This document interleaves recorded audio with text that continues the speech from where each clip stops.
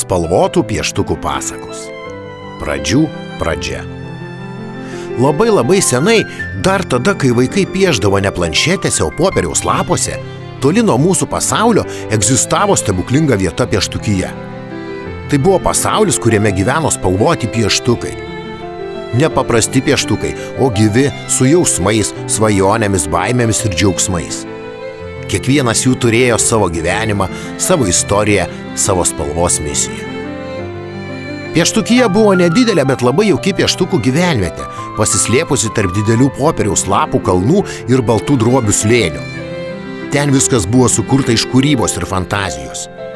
Keliai iš pieštų linijų, upeliai iš išlietų vandeninių dažų, miškai, pievos ir dangus iš žaliai melsvų svajonių. Dieną ten šviesdavo spalvota saulė, o dangų naktimis nušviesdavo sidabrinis mėnulis ir žvaigždės, švelniai žėrinčios visų spalvų atspindžiais. Pieštukyje gyveno tik spalvoti pieštukai, tiek, kiek yra pačių svarbiausių spalvų ir atspalvių pasaulyje. Kiekvienas jų buvo skirtingas, bet visi reikalingi. Tarp jų buvo raudonas, drąsos ir jausmų saugotojas, drąsus ir energingas, jo ugninė spalva simbolizuoja aistrą, emocijas ir ryžtą. Visada pasiruošęs padėti draugams apsiginti nuo pavojų. Jis su savimi nuolat nešiojasi stebuklingą raudonai švytintį kardą. Mėlynas ramybės ir sapnų pieštukas. Ramus ir svajingas, mėlyna spalva simbolizuoja ramybę, sapnus ir paslaptis. Jis svajoja ir visų klausosi. Dažnai sėdi vienas atokiau kitų ir žvelgia į dangų. Jis visada nešiojasi stebuklingą burtų lazdelę. Geltonas, džiaugsmo ir saulės nešėjas, linksmas ir saulėtas, geltona spalva reiškia džiaugsmą ir šviesą. Jis nuolat šoka, juokiasi, nešiojasi su savimi mažą, stebuklingą saulutės formos ženkliuką, kuris tamsoje šviečia. Žalias, miškų ir gyvybės pieštukas. Žalesis rūpestingas gamtos mylėtojas. Žalia spalva simbolizuoja gyvybę ir gamtą. Jis piešia medžius, gėles, prižiūri gyvūnelius. Turi magišką stebuklingą žalią apsiaustą, kuris pieštuką padaro nematomu, kai tik užsideda kapišoną. Taipogi šis apsiaustas suteikia galios kalbėti su augalais ir gyvūnais. Rudas, žemės ir namų kūrėjas. Stiprus ir patikimas, ruda spalva reiškia žemę, namus ir stabilumą. Jis turi didelę medinę lazdą, kuri yra stebuklinga. Lazdos antgalyje yra stebuklingas akmuo, nes rudasis pieštukas lazdos pagalba valdo akmenis ir žemę. Juodas ribų, nakties ir paslapčių sergėtojas. Pilkojo pieštuko mokinys. Paslaptingas ir tylus, juoda spalva simbolizuoja naktį, paslaptis ir šešėlius.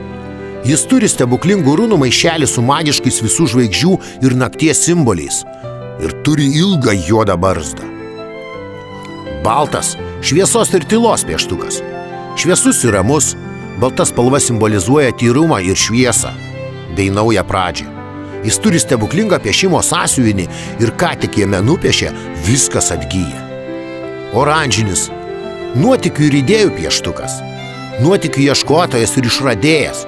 Oranžinė spalva reiškia smalsumą ir kūrybą. Jis nuolat eksperimentuoja, piešia neįprastus piešinius, gamina niekam nežinomus savo paties sukurtus įrenginius ir daiktus. Turi stebuklingą darbo įrankį, kuriuo viename gale yra atsuktuvas, kitame replės. Violetinis, paslapčių ir fantazijų pieštukas. Juodojo pieštuko mokinys. Išmintingas ir paslaptingas, violetinė spalva simbolizuoja magiją ir žinias. Jis turi magišką knygą, kurioje slypi visos pieštukijos ir kitų magiškų pasaulių paslaptis, ir kurią gali skaityti tik jis vienas. Rožinis, švelnumo, meilės ir draugystės pieštukas. Mylintis, švelnus ir nuolat užjaučiantis. Rožinė spalva reiškia meilę ir draugystę. Jis turi stebuklingas rožinės meilės širdeles, kurias nešiojasi ant savo rožinio diržo. Jos pripildo širdį meilės bei išpildo gerus, nesavanaudiškus mažus norus. Turkio, ramybės ir vandens magijos pieštukas. Juodojo pieštuko mokinys. Visus raminantis ir tylus. Turkio spalva simbolizuoja vandenį ir ramybę. Jis turi stebuklingą gertuvę, kurioje yra jo paties pagamintas stebuklingas gėrimas, kuris gali sumažinti arba padidinti visus daiktus, įskaitant ir pačius pieštukus. Jis žino burtus, kurie valdo vandenį. Sidabrinis, žvaigždžių ir mėnulio magijos pieštukas. juodojo pieštuko mokinys. Spindintis sidabriniais šarvais. Sidabrinė spalva reiškia žvaigždes ir nakties stebuklus. Jis gali valdyti žvaigždžių ir mėnulio šviesą bei spindesį, paversdamas juos magiją, pasitelkęs savo ilgus stebuklingus sidabrinius ūsus. Auksinis – sėkmės ir įkvėpimo pieštukas. Drąsus įkvėpimo ir sėkmės nešėjas. Auksinė spalva simbolizuoja sėkmę. Jis gali valdyti visus brangakmenius ir viską, kas tik blizga. Turi spindinčius auksinius šarvus ir stebuklingą auksinį skydą, kuris sukuria nematomą stebuklingą sieną. Pilkasis pieštukas. Atsiskyrėlis, senosios magijos pieštukas. Juodojo pieštuko mokytojas.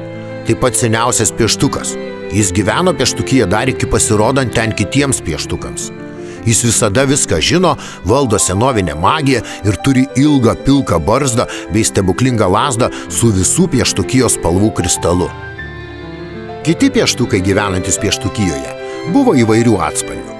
Šviesiai ir tamsiai melsvi, tamsiai ir šviesiai žalsvi, smėliniai, pilkšvi, rausvi, gelsvi ir dar visa galybė įvairiausių atspalvių pieštukų ir kiekvienas iš jų turėjo savo paskirtį. Pieštukija yra padalinta į 5 pagrindinės dalis, kurios vadinasi spalvų dėmės. Pirmojoje spalvų dėmėje, šiltųjų spalvų slėnyje, gyveno raudonas, oranžinis, geltonas, rožinis, auksinis ir panašių atspalvių pieštukai. Jų nameliai buvo apvalūs su stogeliais panašiais į liepsną. Šiame slėnyje visada buvo šilta, net ir žiemą. Antrojoje spalvų dėmėje, vėsiųjų spalvų miške, gyveno mėlynas, žalias, violetinis, sidabrinis, turkio ir jų atspalvių kiti pieštukai. Jų nameliai buvo aukšti, siauri tarsi medžiai, apaugę samanomis ir lapais. Ši vieta buvo rami, pilna paslapčių. Trečioje spalvų dėmėje, žemės spalvų kalvose, gyveno rudas, juodas, baltas ir kiti jų atspalvių pieštukai. Jų namai buvo panašus į senovinės pilis, tvirti, iš akmens, iš medžio ir iš metalo. Visa atmosfera dvelkė jėga ir stiprybė. O ketvirtoji spalvų dėmė buvo vaivorykštės aikštė. Ji buvo pačiame pieštukijos centre. Aikštės grindinys keisdavo spalvas priklausomai nuo pieštukų nuotaikų. Čia visi pieštukai susirinkdavo šventėms, pasitarimams, ginčams spręsti ir naujų istorijų pradžiai. Ir penktoji spalvų dėmė, į kurią net patys drąsiausi pieštukai eidavo su baime, tai pilkoji pilis. Ji buvo giliai po pieštukijos žeme ir ją vedė tik slaptas, pavojų kupinas ir klaidinantis pilkas senovinis labirintas.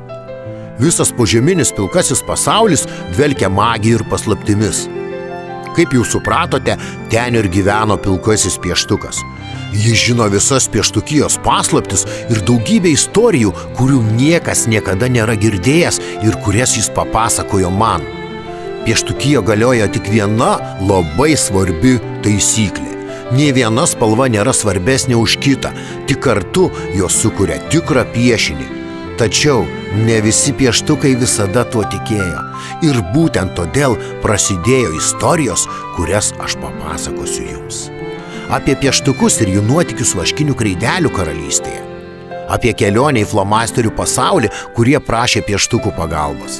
Apie drožtuką, kuris skubėjo į pagalbą spalvotiems pieštukams. Apie trintuką, kuris norėjo ištrinti spalvas pieštukijoje. Apie spalvotą knygelę, kuriai reikėjo pagalbos ir pieštukų spalvų. Apie keliones į dangų bei požeminius pasaulius ir pieštukų nuotykius juose. Apie paslaptingus kalnus, miškus, gyvūnus ir augalus, kurie pilni įvairios nežinomos magijos.